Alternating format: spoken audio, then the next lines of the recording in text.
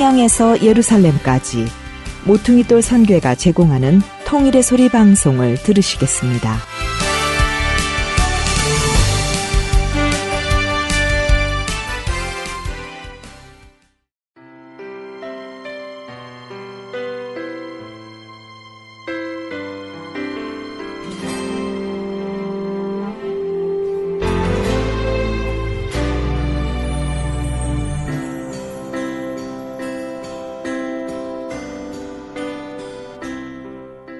오늘의 만나 이상 목사님의 말씀을 들으시겠습니다. 많은 은혜 받으시기 바랍니다.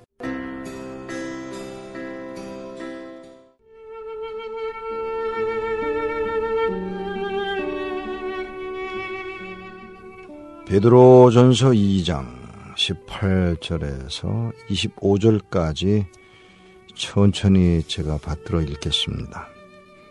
베드로전서 2장입니다. 2장 18절 사환들아 범사에 두려워함으로 주인들에게 순복하되 선하고 관용하는 자들에게만 아니라 또한 까다로운 자들에게도 그리하라. 애매히 고난을 받아도 하나님을 생각함으로 슬픔을 참으면 이는 아름답지만 죄가 있어 매를 맞고 참으면 무슨 칭찬이 있으리요. 오직 선을 행함으로 고난을 받고 참으면 이는 하나님 앞에 아름다우니라. 이를 위하여 너희가 부르심을 입었으니 그리스도도 너희를 위하여 고난을 받으사 너희에게 본을 끼쳐 그 자취를 따라오게 하려 하셨느니라. 저는 죄를 범치 아니하시고 그 입에 괴사도 없으시며 욕을 받으시되 대신 욕하지 아니하시고 고난을 받으시되 위협하지 아니하시고 오직 공의로 심판하시는 자에게 부탁하시며 친히 나무에 달려 그 몸으로 우리 죄를 담당하셨으니 이는 우리로 죄에 대하여 죽고 의에 대하여 살게 하려 하심이라. 저가 채찍에 맞음으로 너희는 나음을 얻었나니 너희가 전에는 양과 같이 길을 잃었더니 이제는 너희 영혼의 목자와 감독 되신 이에게 돌아왔느니라. 지난 시간에 이어서 계속해서 베드로전서를 함께 말씀을 들으며 생각하고 있습니다. 사람이 살아나가는 동안에 이런 것 저런 것들을 생각하고 또 행하고 결정하고 그리고 어떤 목표를 향해서 달려가는 것은 인간이 태어나서 계속해서 결정해야 되는 그런 일들이 주어지기 마련입니다. 저는 세계의 많은 나라들을 여행을 했습니다. 미국 쪽에 있는 북미, 남미는 가지 않은 나라가 거의 없고요. 그리고 유럽에도 많은 나라들을 다녀보았고 그리고 아시아의 대부분의 나라들을 여행을 해보았습니다. 비행기를 타고 배를 타고 또 기차를 타고 버스를 타고 그렇게 다니면서 길을 잃어본 일이 별로 없습니다. 그건 제가 길을 잘 알아서가 아니라 이미 세워져 있는 이정표라고 하죠. 그 팻말을 보고 그것대로 따라가면 거의 그 팻말을 잘못 만들어 놓기 전에야 그것만 따라가 주면 목적지까지 충분히 어려움 없이 도착하기 때문에 저는 늘 그 이정표 팻말을 보면서 따라가는 여행을 해보았습니다.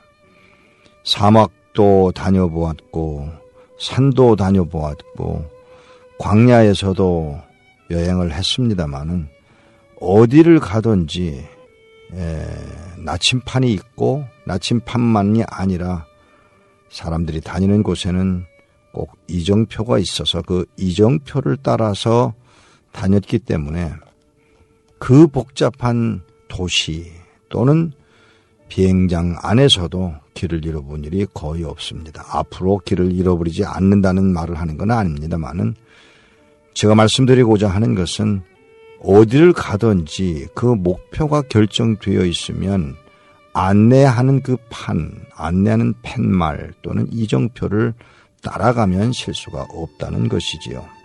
방향을 잘못 정할 수가 없다는 것입니다.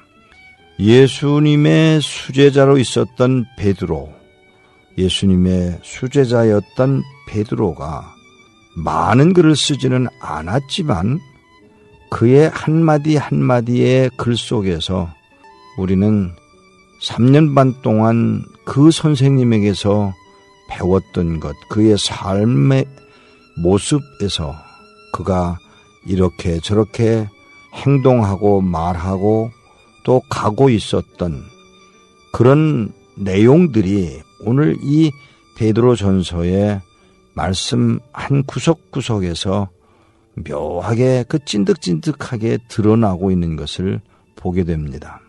예를 들어서 18절에 사환들아 범사에 두려워함으로 주인들에게 순복하되 선하고 관용하는 자들에게만 아니라 까다로운 자들에게도 그리하여라 라고 얘기하는 것을 보면 어떤 바로 요 내용 전에 권세자에 대한 우리 성도들의 태도에 대해서도 기록을 해놓고 있지만 베드로 선생님은, 베드로 사도는 좀 더 구체적인 삶 속에서 어른들에게, 내게 주어진 어른들에게 또는 주인에게 또는 사장에게 또는 윗사람들에게 까다로운 사람이든 선하고 관용하는 넓은 마음을 가진 사람들에게만 아니라 까다로운 사람에게까지도 두려워함으로 주인들에게 순종해라. 왜 그러느냐? 그 이유를 설명을 해 줍니다.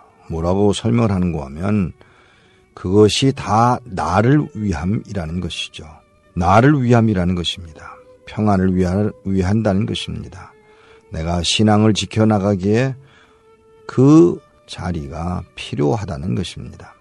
베드로는 예수님이 하나님을 향해서 그 어려운 과정을 통과하면서도 끝없이 순종하는 자리, 끝없이 그것을 그대로 받아가는, 그리고 그 일을 아무렇지도 않게 순종하며 오히려 기뻐함으로 가는 모습 속에서 이 말씀을 하게 되는 베드로의 모습이 아닐까 생각을 해봅니다. 그러면서 그 말을 결론을 내리기 전에 19절에는 이렇게 설명하고 있습니다. 애매하게도 고난을 받는데 그 애매하게 부당한 상황 속에서 고난을 받는 것도 하나님을 생각함으로 슬픔을 참으면 이것은 아름답다. 죄가 있어 매를 맞고 참으면 무슨 칭찬이 있겠느냐마는 선을 행함으로 고난을 받고 참으면 이것이 하나님 앞에 볼 때에 아름답지 않겠느냐. 그런데 이걸로 끝나면 참 아쉽습니다. 그런데 21절에 보면 이를 위해서 너희가, 우리가, 내가 부르심을 입었다는 겁니다. 고난을 받는 것이 오히려 하나님이 우리를 자녀로, 제사장으로, 하나님의 백성으로, 하나님의 택하신 불러내신 그 목적을 이루기 위해서 고난을 받게 된다는 것이죠. 고난을 받는 것이 오히려 여기에 목적이 되더라는 것입니다. 이를 위하여, 이 고난을 위해서 우리가 부르심을 받았다는 것입니다. 왜요? 그리스도도, 예를 들어 주는 것이죠. 그리스도도 우리를 위하여, 너희를 위하여 고난을 받으셨고, 또 고난을 받은 것이 바로 나와 너희에게 본이 되었다. 그리고 그 모습을, 그 상황을, 그 자취를 따라가도록 하도록 하기 위해서 고난을 우리로 받게 하셨다. 이렇게 설명을 하고 있는 것입니다. 그런데 그 예수가 어떤 분이냐? 죄도 범하지 아니하고 그 입에 가증스럽거나 괴사도 없고 욕을 먹으면, 욕을 받으면 대신 욕도 아니하시고 고난을 받으시면서 위협하거나 공갈 협박하지 않고 오히려 오직 공의로 심판하시는 하나님, 바로 그 하나님에게 부탁하시고 자기가 갚으려고 하지 않으시고 자기가 욕하려고 하지 아니하시고 오히려 협박하지 아니하시고 오히려 그 모든 결과에 대하여는 공의로우신 하나님께 부탁하고, 그리고는 24절에 보면 친히 나무 위에 달려, 이 말을 깊이 생각하셔야 합니다. 첫째로 친히라는 말은 스스로라는 말입니다. 스스로 나무 위에 달려, 다른 방법으로 죽을 수도 있는데 꼭 나무 위에 달려야 되는 이유는 저주를 받았다는 말을 설명하는 것으로 표현해야만 합니다. 저주를 받은 사람이 죽는 것이 나무에서 죽는 것인데, 그들의 당시 예수님이 십자가에 못 박히던 때의 문화적인 배경은 바로 나무에 달려서 죽는 것은 저주를 받는 것인데, 친이라는 말은 그 전에 매맞을 때에 죽을 수도 있었던 예수가 십자가에, 나무로 된 십자가에 달려서 죽기를 원하셨다는 말입니다. 친히 나무에 달려 그 몸으로, 그가 그렇게 십자가에 매어 달려 죽임을 당함으로 우리 죄를 담당하셨고, 이는 우리로 죄에 대하여 죽고 의에 대하여 살게 하려 하시기 위해서 예수가 그리스도가 채찍에 맞음으로 오히려 우리는 나음을 받았고, 너희가 전에는 양과 같이 길을 잃었던 너희들이 이제는 우리의 영혼의 목자이시고 감독 되신 이에게 돌아왔다. 누가요? 저와 여러분이요. 이 말을 불과 7절밖에 안 되는 내용 속에서 베드로 사도는, 수제자였던 베드로 사도는 이렇게 설명을 하고자 하는 것입니다. 다시 말하면 고난을 받은 것이 당연한 일이고, 그것을 위해서 우리가 불리움 받았는데, 우리가 고난을 받는 것이 당연한 일인데, 그보다 그렇게 되기 위하여 나 앞에 가신 예수 그리스도가 어떤 분이었는데, 우리는 죄를 인하여도 고난을 받지만 예수님은 고난을 받으시는데 죄도 없고 실수도 없고 욕도 먹으면서도 오히려 욕하지 않고 위협하지 않고 오히려 공의로운 하나님께 부탁하시면서 친히 스스로 십자가에 달려 죽으셔야 했던 예수 그리스도의 모습이라는 것입니다. 그가 채찍에 맞아 죽음으로 우리도 죄에 대하여 죽고, 우리의 죄가 그를 인하여 그의 죽음으로 우리의 죄가 죽고 의에 대하여 살게 되는, 그러니까 오늘 우리에게 요구되어지는 바가 무엇이냐 하면, 이 모든 상황 속에서 죄에 대해서는 무능해지고 오히려 의에 대해서는 살아나는, 독수리같이 살아 올라가는 하나님의 은혜를 입은 자의 자리에 우리가 놓여졌다라고 하는 말입니다. 전에는 양들처럼 5m 앞을 내다볼 수 없는 양처럼 길을 잃고 밤낮 주인의 손에 의지해야 했던 그런 사람들이 우리였는데, 이제는 목자와 감독 되신 예수 그리스도에게 돌아오게 되는 자리에 여러분과 내가 있다. 이렇게 설명하고자 하는 것입니다. 사랑하는 여러분, 누가 고난을 받기를 좋아하겠습니까? 누가 배고프기를 원하겠습니까? 누가 매맞기를 기뻐하겠습니까? 누가 함정에 빠뜨림을 당하는 것을 좋아하겠습니까? 아닙니다. 아무도 원치 않지만, 사랑하는 여러분, 우리는 예수를 믿는다는 말은 바로 우리가 그 자리에 서서 예수님이 당하신 것처럼 우리도 당하는 자리에 서서 과연 하나님이 원하시는 그 복된 자리로 가지게 되기 위하여 불리움 받았으므로라고 설명하는 베드로 사도의 이야기에 귀를 기울일 필요가 있습니다. 사랑하는 여러분, 우리의 앞에 영광이 기다리고 있음을 오늘도 기억하게 되어지기를 바랍니다.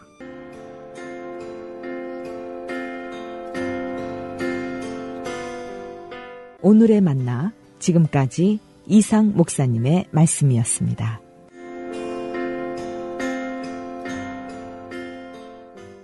Three, two, one, countdown.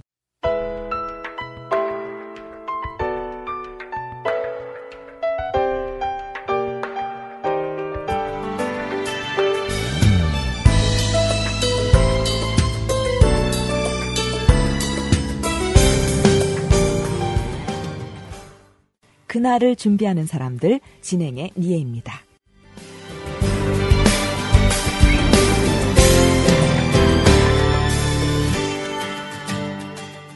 네, 오늘 스튜디오에 이 동부가 지역에서 사역하고 계세요. 레베카 선교사님 모셨습니다. 반갑습니다. 반갑습니다. 안녕하세요. 네. 우리 선교사님 오늘 아주 이렇게 빨간 니트를 입고 오셨는데 주님을 열정적으로 사랑하고 지금 사역하시는 그곳의 영혼들을 열정적으로 사랑하시는 마치 그런 상징 같아요. 너무 네. 감사합니다. 동부가 지역에서 사실 쉽지 않은 사역을 하고 계세요. 아무나 다 이렇게 쉽게 헌신할 수 없는 그런 사역을 하고 계신데 특별히 이렇게 미주 지역 동포신데 어떻게 해서 하나님께서 이런 사역으로 좀 부르셨는지 저희가 좀 듣고 싶습니다. 사실 제가 먼저 나가는 게 아니라 저희 남편 목사님께서 사실은 그 마음이 열렸죠. 저 북한에 그 사람들을 바라보면서 정말 그 사람들을 향해 내가 나가야 되겠다 하는 그런 마음을 주셨을 때 저도 함께 동의하면서 함께 하자. 그리고 가장 중요한 게 믿음이니까 겨자씨만한 믿음만 있으면 무엇이든지 할 수 있다 하는 마음으로 시작을 하게 됐습니다. 그러니까 지금 몇 년 정도 사역을 하신 거예요? 만 12년이 지나고 13년으로 들어갑니다. 그러면 남편 선교사님께서는 왜 하필이면 물론 뭐 우리 동포니까 이렇게 생각할 수 있지만 그런 어떤 사역의 콜링을 부르심을 그쪽 지역으로 어떻게 해서 받으셨나요? 사업차 먼저 나가셨었어요. 네. 결국 북한에 들어가서 보니까 북한은 중국을 그대로 모방하고 결국 내가 북한을 향해서 나가야 되겠구나 하는 마음을 북한에 들어가서 보셨어요. 네. 그래서 북한에 마음을 드리기로 하신 거예요. 그런데 좀 주위에서 가족들이랑 좀 염려를 하시거나 또 자녀들도요. 그런 부분도 좀 있었을 것 같아요. 저희 시아버님이 사실은 굳고 말리셨죠. 너희가 공산당을 어떻게 알아? 모르기 때문에 쉽게 가려고 하는 거지 절대 가면 안 돼. 특별히 시아버님이 많이 말리셨고 못 가게 하셨지만 이미 마음이 향해 있었기 때문에 들어가게 됐습니다. 들어가셔서 어떻게 그 동부가 지역에서 사역을 시작을 하셨나요? 처음에는 사실 탈북자들이 많았고 먹을 것을 공급해야 됐었어요. 사실 구제죠. 구제를 정말 많이 했어요. 구제하는 그 방법도 정말 힘들게 많이 했지만 사실은 구제를 하면서 느낀 게 먹을 것을 주어봐야 밑 빠진 독에 물 붓는 것이다. 왜냐하면 먹을 것 주고요. 떨어지면 먹을 것 또 달라고. 그런 거 하나도 사람이 변하는 게 아니라 오로지 먹을 것을 향해서 사람들이 가고 있기 때문에 아, 이건 아니구나. 그래서 마음을 돌려서 제자화를 하게 됐어요. 네. 사실은 사람을 키워야 사람 하나가 사람을 낚는 어부가 되기 때문에 사람을 하나 키워놓으면 그 사람으로 인해서 엄청난 시너지 효과 이런 거를 저희가 알게 됐기 때문에 구제에서 사람을 키우는 걸로 바꾸게 되었어요. 네. 한 2년 정도는 구제에 힘쓰다가 이제 완전히 사람을 훈련시키는 그것으로 바꿔서 지금은 훈련을 시키고 있습니다. 이 사람을 키우는 것이 물론 가장 좋은 거는 알고 있지만 북한의 이 주체 사상, 교육을 가진 사람들이 그렇게 쉽게 바뀌는 것이 아니잖아요. 네, 예. 절대로 바뀌지 않아요. 예, 그래서 굉장히 이렇게 그 한 사람의 제자를 만드는 것도 어렵고 네. 그런 위험하고 그런 일들이 많았을 것 같은데 오늘 뭐 저희가 보안상 다 이야기할 수는 없지만 그래도 몇 가지 좀 사례를 네. 몇 분을 좀 예를 들어서 좀 얘기를 네. 해주시겠습니까? 사실 사람들이 오면 빚을 지고 들어와요. 네. 북한에서 사실 들어올 때 수속하는 비용이 얼마 안 되지만 밑돈이 들어가야 되는데 700불에서 1000불이 들어가야 열려집니다. 네, 큰 돈이잖아요. 큰 돈이요. 엄청 큰 돈을 사실은 빚을 지고 들어오기 때문에 들어오면서부터 돈 나는 돈을 벌어야 되고 난 돈 안 벌으면 못 가 하는 그런 생각으로 들어와 있기 때문에 사실 돈하고 밀접한 관계가 있어요. 그래서 돈을 그 사람들한테 주지 않으면 저희한테도 오지 않아요. 그래서 저희는 여러 가지 경로를 통해서 통로를 통해서 왜냐하면 여러 가지 위험 요소들이 많기 때문에 그런 모든 것들을 걸러서 저희한테 결국 올 때는 그 사람들을 보통 맥시멈 6개월까지 훈련을 시킬 수 있어요. 네. 정식적으로 중국에 머물면서. 불법이 아니고. 네. 그래서 저희가 이제 6개월을 스테이하면서 이 사람들을 가르쳐야 되겠구나. 사실 그 사람들은 어려서부터 유치원 때부터 훈련을 너무나 많이 받았기 때문에 이 사람들은요. 연기자예요. 네. 배우고 탤런트고 완전히 쇼를 해요. 그래서 왜냐하면 자기들이 필요한 건 돈이고 네. 뭐든지 잘해서 자기들이 갖고 가야 되는 거기 때문에 얼마나 정말 잘할 수가 없어요. 네. 아멘도 우리보다 더 잘해요. 네. 아멘. 눈물도 막 줄줄 흘리고 감정적으로 너무나 잘하니까 헷갈려요. 처음에는. 어머, 이 사람들이 벌써 변했나? 네. 그런데 그게 아니고 사실은 자기들 목적, 돈 때문에 이거를 연기를 하고 있어요.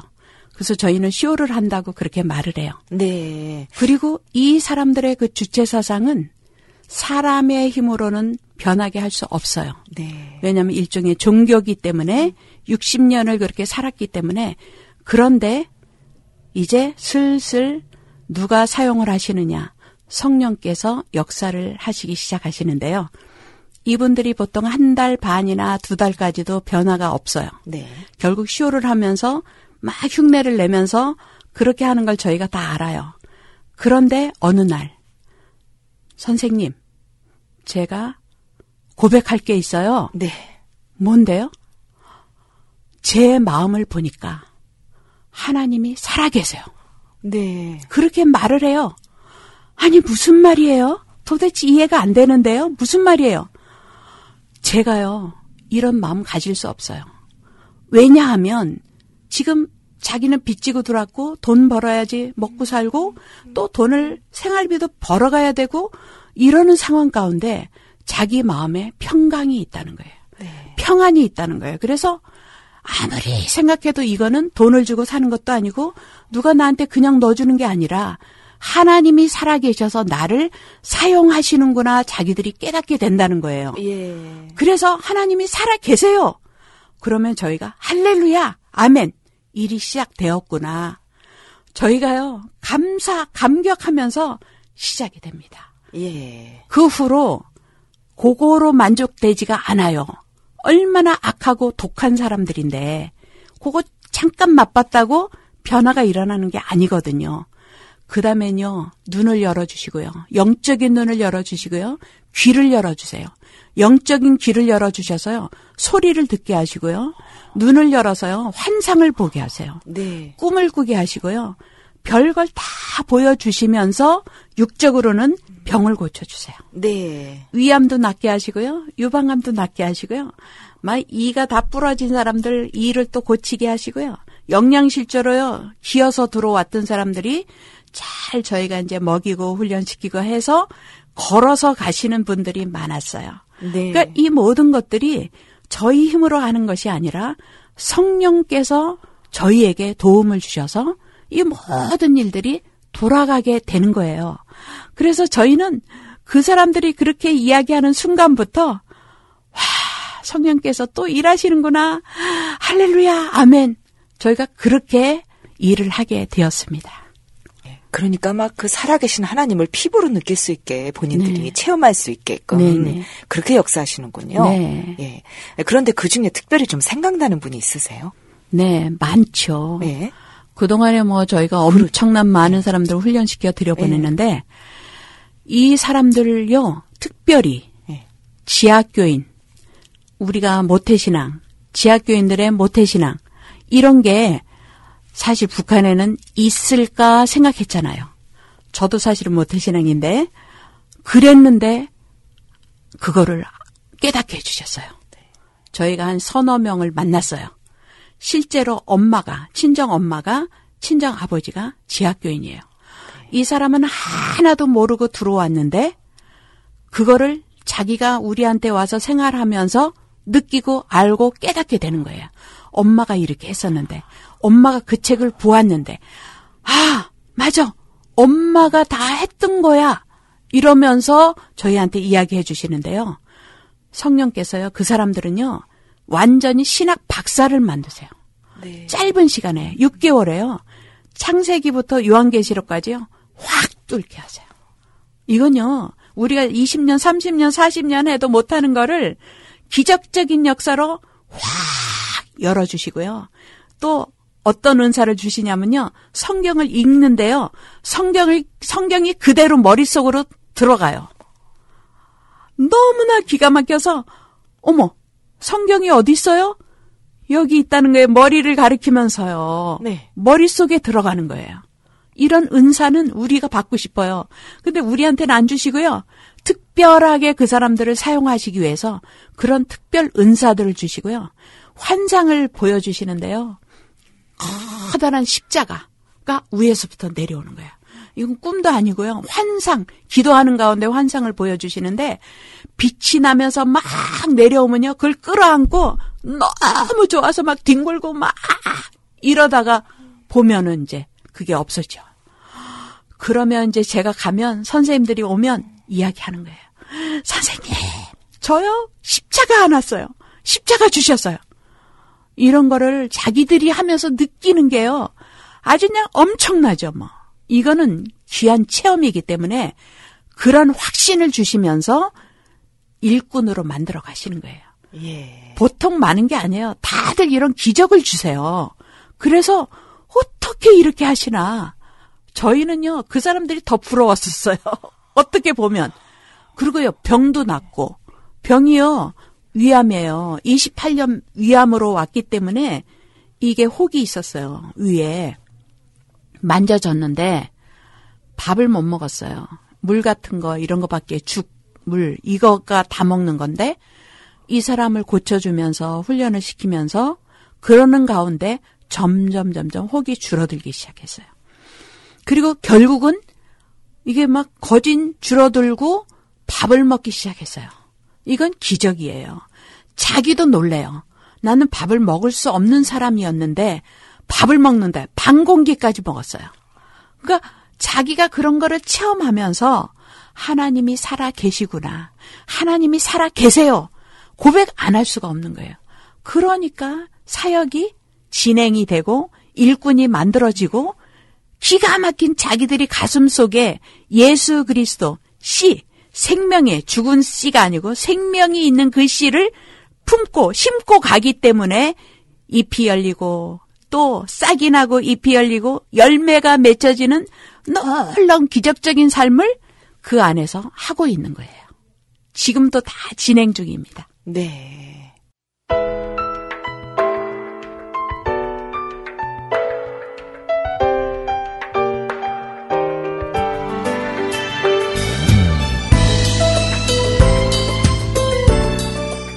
그날을 준비하는 사람들, 오늘은 동북아 지역에서 사역하시는 레베카 선교사님과 함께했습니다.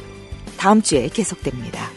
북한 어린이들을 먹이고 교육하는 사역을 위해 함께 기도하시거나 헌금하기 원하시는 분들은 모퉁이돌 선교회 미주 오피스 지역번호 714-484-0042 714-484-0042번으로 연락해 주시면 감사하겠습니다.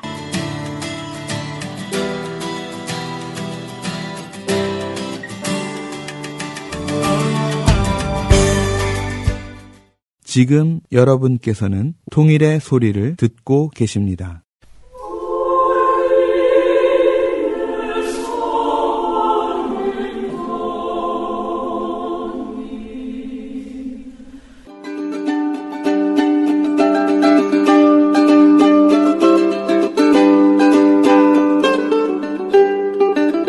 통일을 준비합니다.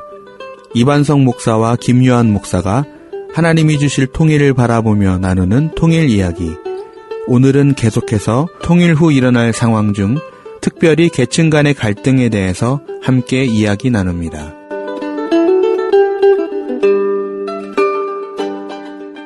안녕하십니까. 통일을 준비합니다의 이반석 김요한 목사입니다. 예, 목사님, 우리 지난 시간에 나눌 때에 그 경제적인 차원에서 실질적으로 노동력이라든지 또 각 층이 그 계층 간에 느낄 그 갈등들을 우리가 잠깐 나누었지 않습니까? 예. 그러면서 우리가 생각해보지 못했던 그냥 단순히 노동층에 대한 어떤 문제만 생각을 했었지 중산층이 당할 그 마음의 갈등이라든지 아니면 그들이 그 통일 비용 부담하는 것에 대한 그 간접적으로 반대를 할 수 있는 그런 부분들을 우리가 잠깐 다뤄보았고 조금 얘기를 하다가 우리가 못 들어갔었는데 노동력을 제공하는 그 노동자나 농민들 이런 그 저소득층적인 사람들이 통일이 되었을 때 얻는 것이 있겠지만 그럼에도 불구하고 상대적으로 집값이라든지 다른 사람들에 비하여 누리는 것들을 못 누렸을 때 가지는 갈등이 있다는 얘기를 우리가 잠깐 나누어 보았습니다. 그렇다고 그러면 오늘 이 노동계층 안에서 이 중산계층과의 갈등을 우리가 해소하는 방법은 정말 청지기로서의 하나님의 백성밖에 없다라고 그렇게 지난 시간에 우리가 결론을 내리면서 조금 우리가 생각하지 못했던 것이 그러면 상류계층은 갈등이 없겠느냐. 왜 노동계층 어떻게 보면 하층이죠. 또 중산층 그들이 가장 중요한 역할에서 통일을 감당할 터인데 상류계층은 그냥 주식회사라든지 뭐 투자가라는 그런 차원이 아닌 상류층의 갈등은 무엇일까? 목사님 잠깐 한번 나눠와 주시기 바랍니다. 뭐 북한 지역의 이제 상류계층들 그러니까 북한 체제가 존속되어졌을 때 그 안에서 나름대로 기득권 세력이죠. 그 안에서 그 국가로부터 혜택을 받았던 사람들, 뭐 고위 간부들이나 또 군 장교들이나 또 이런 사람들은 그 관료들이나 이런 사람들은 당연히 이제 통일에 대해서 또 갖고 있는 기대가 있는데 실제적으로 통일이 되어졌을 때 이들이 기존의 북한 체제에서 누렸던 그런 정치적이고 경제적인 어떤 실익들을 그들이 통일 사회에서도 얻을 수 있느냐. 사실 그것이 쉽지는 않다는 것이죠. 아니 근데 사실은 문제는요. 네. 그들이 지금 이런 상황으로 있다가 통일이 됐을 때 상층권에 있다고 하면서 기득권을 주장한다 그랬을 때 네. 사실 감옥에 갈 가능성이 더 많지 않습니까? 그렇죠. 신분이 격화되는 건 당연하죠. 그렇죠. 아무리 우리가 그 사람들을 어느 정도는 평등하게 대우를 한다 그런다 할지라도 쉽게 얘기하면 북한의 조선노동당의 당비서를 우리가 동급으로 뭐 그렇다고 국회의원을 만들어줄 수는 없는 거잖아요. 맞아요. 당연히 그러면 신분의 격화가 오게 될 것이고 자기들이 기대했던 것보다는 훨씬 더 못 미치는 그런 경제적인 효과를 그들이 경험할 수밖에 없죠. 그러니까 생활 수준도 저하될 수밖에 없고. 농담 같은 소리지만 네. 그렇게 될 때까지 기다렸다가 감옥 가고 또 그렇죠. 어떤 당하는 것보단 지금 빨리 남한으로 오는 것이 어떻게 보면 그들이 살 수 있는 방법이 같네요.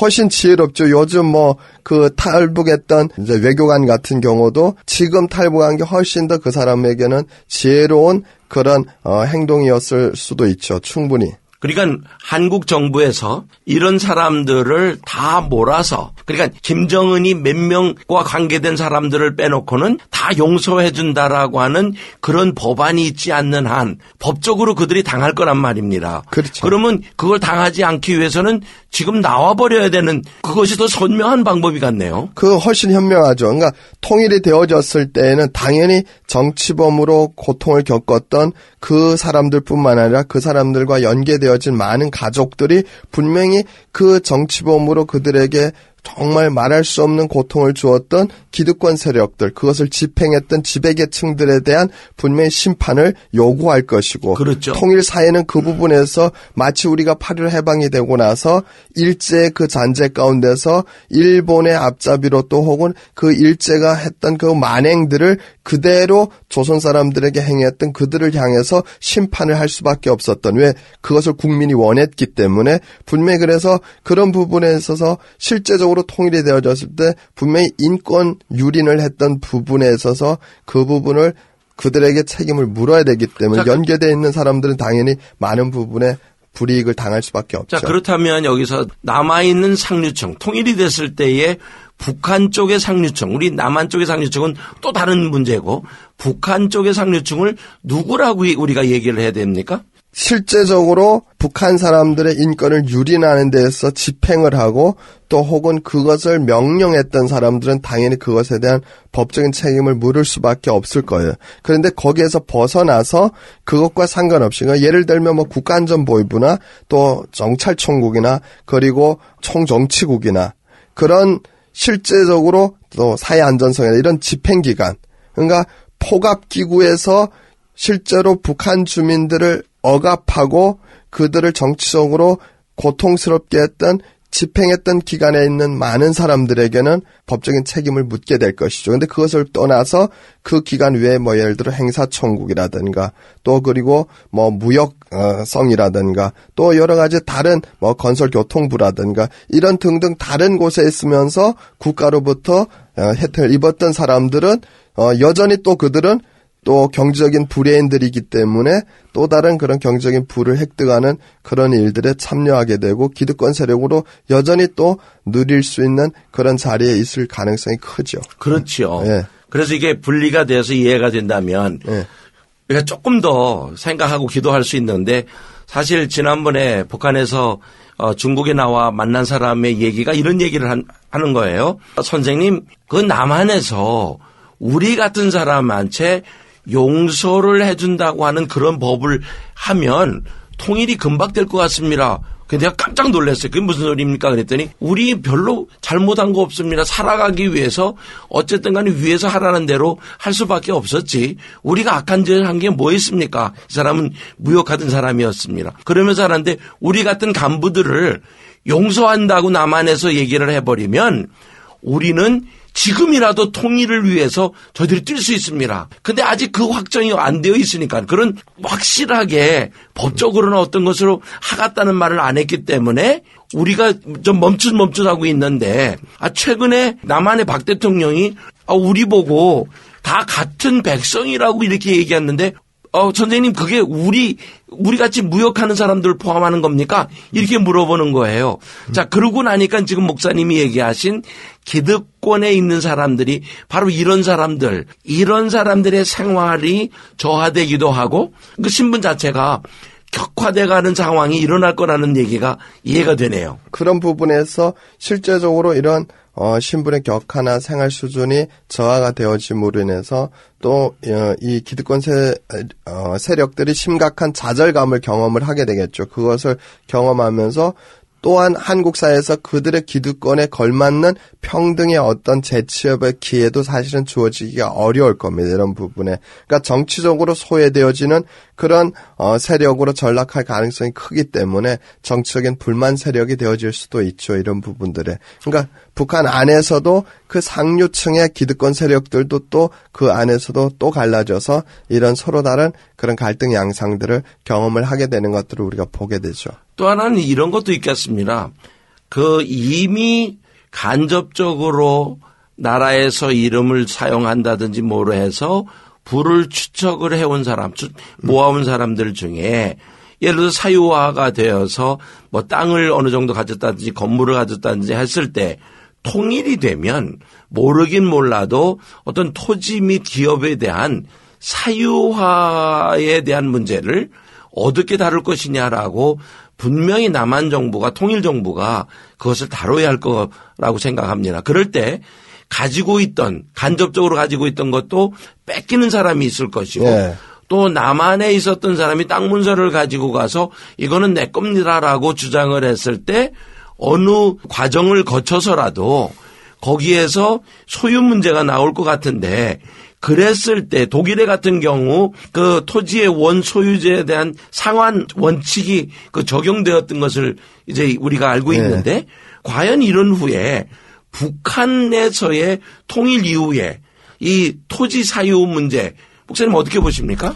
그러니까 참 이 부분이 목사님이 지적하신 것처럼 분명히 동독은 통일이 되어졌을 때 원소유주의 그 실제적인 그들이 갖고 있는 소유권에 대해서 인정을 해주고 그걸 상환을 해줬어요. 실제적으로 그렇게 해서 그런 부분들에 문제가 이제 통일이 되어지면 북한 안에 기득권 세력 가운데 북한의 그 토지들에 대해서 임대권이나 사용권을 갖고 있는 사람들이 꽤 많이 있을 거예요. 그리고 특별히 기득권 세력들은 건설교통부와 같이 이 부분의 토지와 관련된 분야에 종사하는 기득권 세력들은 아마 북한의 붕괴가 가까이 온다 그러면 재빠르게 문서를 그렇게 자기들에게 유리하도록 그렇게 해서 실제로 소비에트 연방이 붕괴될 때 많은 경우 그 러시아에 있는 KGB부터 시작해서 러시아 정부의 소련 정부에서 정보를 장악하고 있었던 그 세력들이 이미 국영 기업들이 민영화가 되어지고 또 그리고 국가의 토지들이 사유화가 될 것을 예측을 해서 이미 그것에 대한 소유권들을 자기들 명의로 돌려놨던 것들을 보게 됩니다. 지금도 북한이 그렇게 일어나고 있다고 그렇죠. 들리거든요. 점진적으로 그런 부분들의 기득권 세력들이 그런 준비를 하고 있다는 것이죠. 그래서 소비에트 연방이 붕괴되어지고 나서 신흥 러시아의 재벌들이 많이 일어났는데 사실 이 사람들이 자본을 어디에서 획득을 했느냐? 바로 그 소비에트 연방이 사회주의에 있을 때 그 국영 기업들을 이미 자기들이 민영화 공식화되기 전에 그 소유권을 자기들의 명의로 바꿔놓고 토지도 그렇게 했던 것들을 우리가 잘 알고 있는데 분명히 북한 안에도 이런 경우가 있다는 거죠. 그러면 한국 안에 그 땅에 원래 6.25 전쟁 당시에 토지 문서를 갖고 내려왔던 많은 분들 또 그 실향민 세대 가운데 실제 그 토지의 소유권에 대해서 주장을 할 사람들이 많이 있다는 것이죠. 그런 부분에. 통일이 되면 아주 돈을 많이 벌 사람이 땅을 사고 파는 것보다는 변호사들이 있거든요. 아, 그렇죠. 그 소송이 어마어마하죠. 엄청난 소송이 일어날 것 같습니다. 그렇죠. 네. 나라에서 국가에서 사실은 간접적으로 지금 이 토지 문제를 논의하고 있는 것을 제가 알고 있는데 대단한 갈등 속에 있는 것으로 저희들이 듣고 있거든요. 네. 과연 이것을 그 상환 원칙으로 갈 것이냐 아니면 그 다른 차원에서 보상을 하는 것을 어떻게 해야 될 것이냐라고 하는 문제가 심각하기 때문에 한쪽에서 복음주의적인 차원에서 얘기할 때는 지금 현재 북한에 갖고 있는 50년 리스의 개념으로 그대로 놔두는 개념으로 하자. 그랬더니 그러면 남한에는 자유 소유적인 차원에 일어나고 북한은 50년으로 정부가 일어난다. 이건 말이 되지 않는다.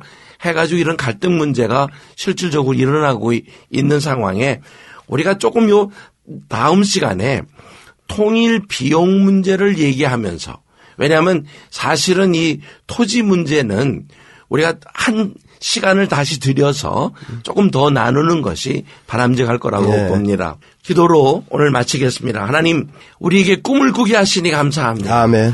통일을 이루실 주님의 그 행하실 일을 보고 저희들로 준비케 하시니 감사합니다. 아멘. 이것이 통일이 되기 때문에 우리로 그냥 막연하게 있었던 것이 아니라 더 구체적으로 준비함으로 정말 하나님께 우리의 마음을 드리는데 집중할 수 있는 그 차원으로 저희들을 주관하여 주시는 그 은혜에 감사를 드립니다. 아멘. 하나님 준비한 대로 주의 뜻을 이루어 가시옵소서. 아멘. 예수님 이름으로 기도합니다. 아멘.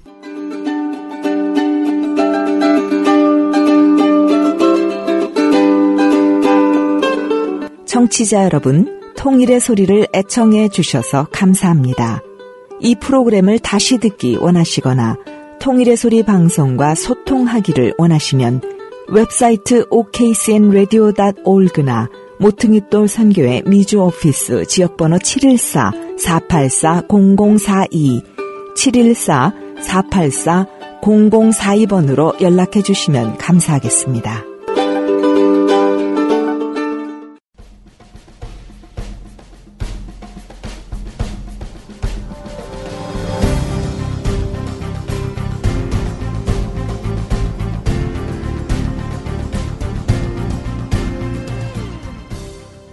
붉은 예수쟁이.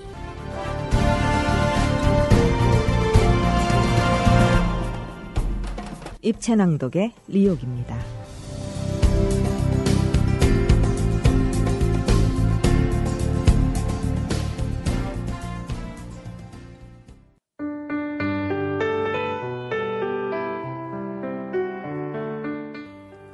이 시간에는 최용복 형제가 탈북하여 복음적 사명을 가지고 다시 북한으로 돌아가던 중 보위부에 붙들려 감옥 안에서 순교의 각오로 쓴 시 주께로 갑니다를 당시 상황과 함께 낭독해 드립니다.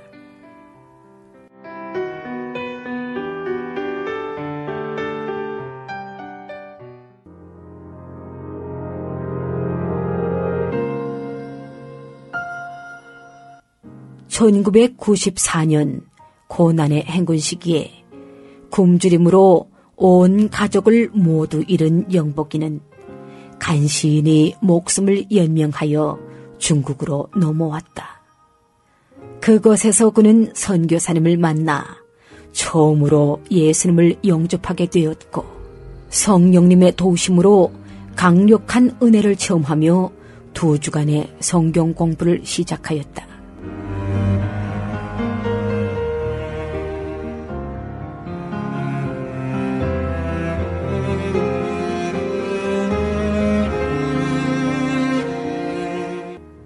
비록 북한에서는 전혀 한 번도 들어본 적이 없는 생소한 말들과 단어들이었지만 공부하는 내내 말씀 속에서 자신을 향한 하나님의 놀랍고 크신 계획과 사랑, 용서, 은혜와 자비가 깨달아지는 순간 겸손히 2 무릎을 꿇고 자신이 주님 앞에 큰 죄인이었음을 눈물로써 통회 자복하였다.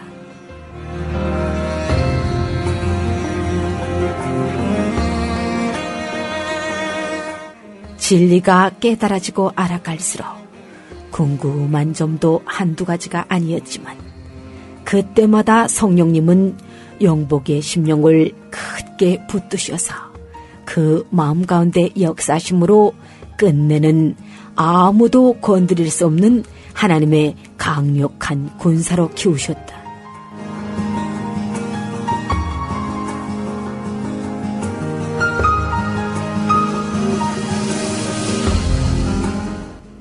이렇게 2주간의 벅찬 성경 공부를 마친 영복이는 굶어 죽어가는 동족들에게 하나님의 복음을 전하기 위해 부푼 꿈과 가슴을 안고 굳은 사명과 함께 북한으로 돌아가게 되었다.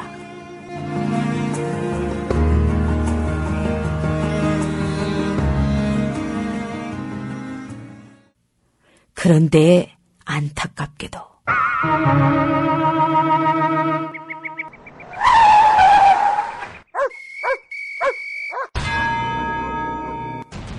국경 지역을 갓 벗어나 시내로 들어가던 길에 모모 지역에서 안전원들의 단속을 받다가 한순간 통행증이 가짜임이 둘통이 났고 설상가상으로 몸에 숨겼던 성경책들이 발각이 되었다.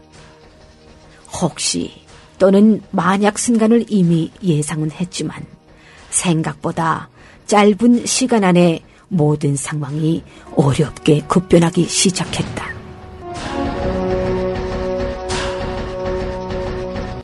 영복이는 즉시 구류소에 며칠 동안 갇혔다가 다시 보위부 감옥으로 재빨리 이송이 되었다. 그 이송된 감옥 안에서 그는 뜻밖에도 자신과 동일한 한 믿음의 형제를 만나게 되었다.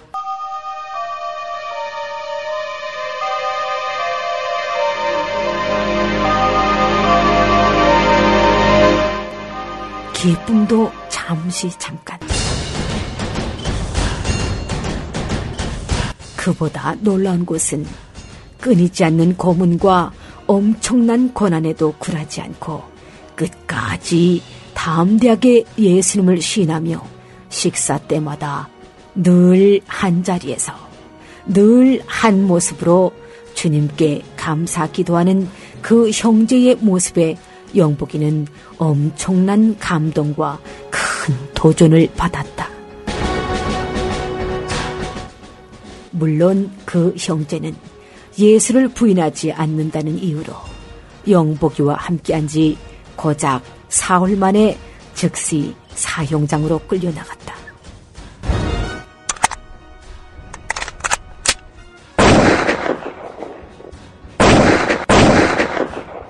비록 그와 함께한 시간은 매우 짧았으나 그가 남긴 불굴의 모습은 영복이의 가슴 속에 큰 자국을 남겼다.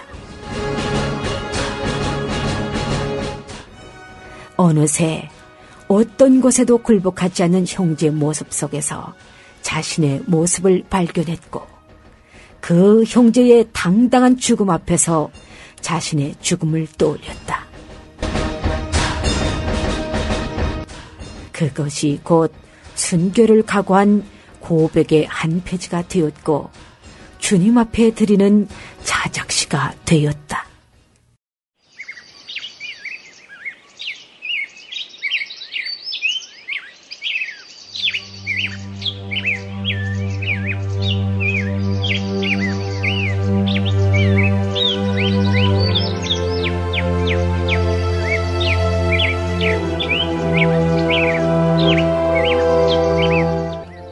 주께로 갑니다.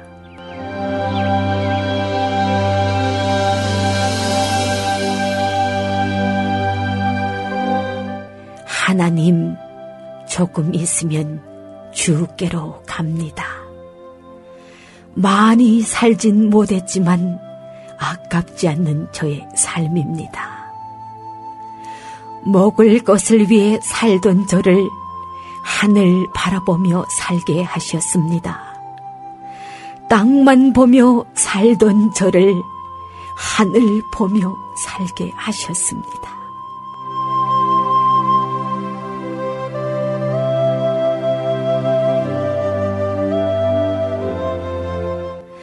이 땅의 삶이 전부인가 했는데 영원한 삶의 길을 보여주셨습니다. 이 땅을 원망하며 그늘 속에 살던 저를 감사하는 자로 찬양하는 자로 만들어주신 주님, 삶의 가장 귀한 것을 알게 하시고 가장 아름다운 것을 사랑하게 하신 나의 예수님,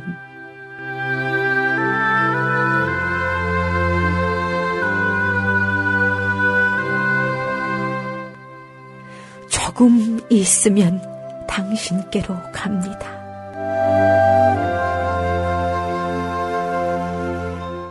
그런데 마음이 왜 이리 두근거립니까? 죽음으로써 생명을 약속하신 주님, 주님의 발자취 따라 이 영혼 갑니다.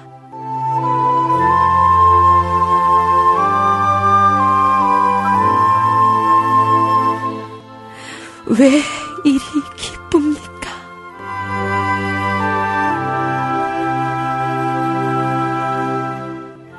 주님을 더 가까이 대면할 수 있기 때문입니다.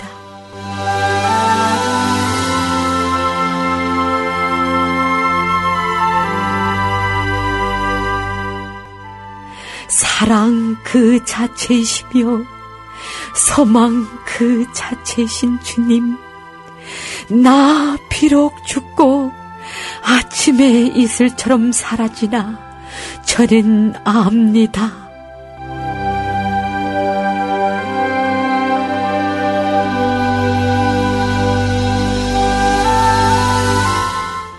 이 땅의 어둠을 몰아내시고 광명을 찾아주실 주님의 때를 십자가로 승리하신 당신께서 오늘도 승리하실 것을 저는 압니다.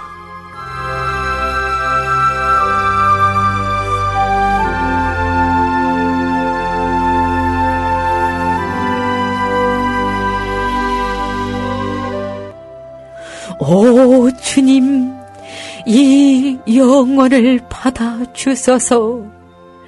예수님의 무한하신 사랑이 이 땅에 충만할 그날을 속히 주옵소서.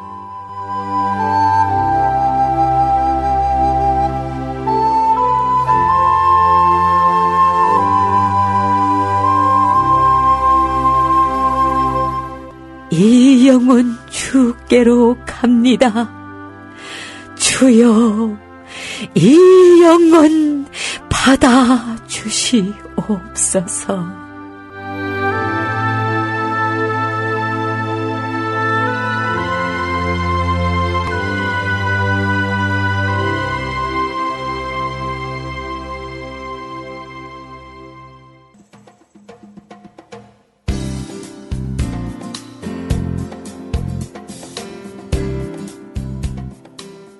지금까지 여러분께서는 입체낭독 붉은 예수쟁이를 들으셨습니다.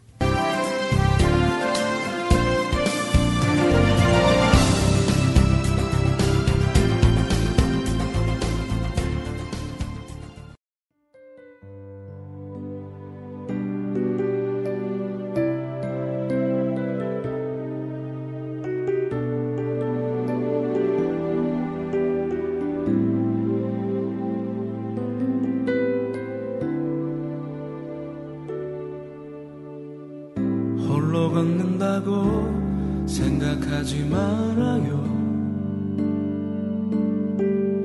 이젠 안 된다고 포기하지 말아요. 우리를 향한 변함없는 사랑은 늘 언제나 함께 하시죠. 살며시 눈을 감고 그려보아요. 어느 비개인 날 오색무직 하루 희망으로 모든 걸 바라본다면 이 세상은 더욱 아름답겠죠.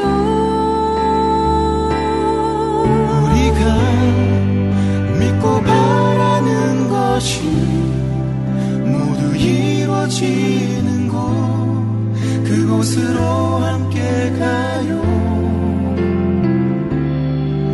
우리의 마음속에 담아둔 소중한 꿈들을 이제 펼쳐보아요.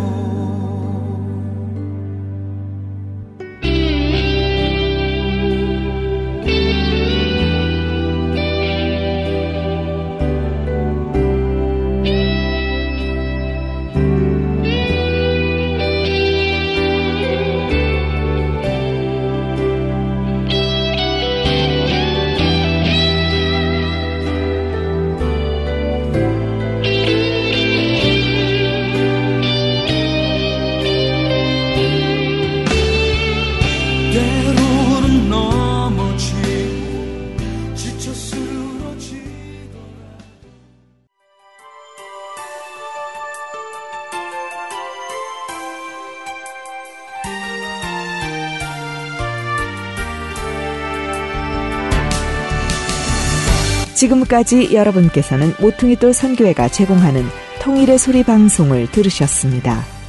오늘 들으신 방송을 다시 듣기 원하시거나 통일의 소리 방송과 소통하길 원하시면 okcnradio.org를 방문하시거나 애나하임 캘리포니아 오피스 전화번호 지역번호 714-484-0042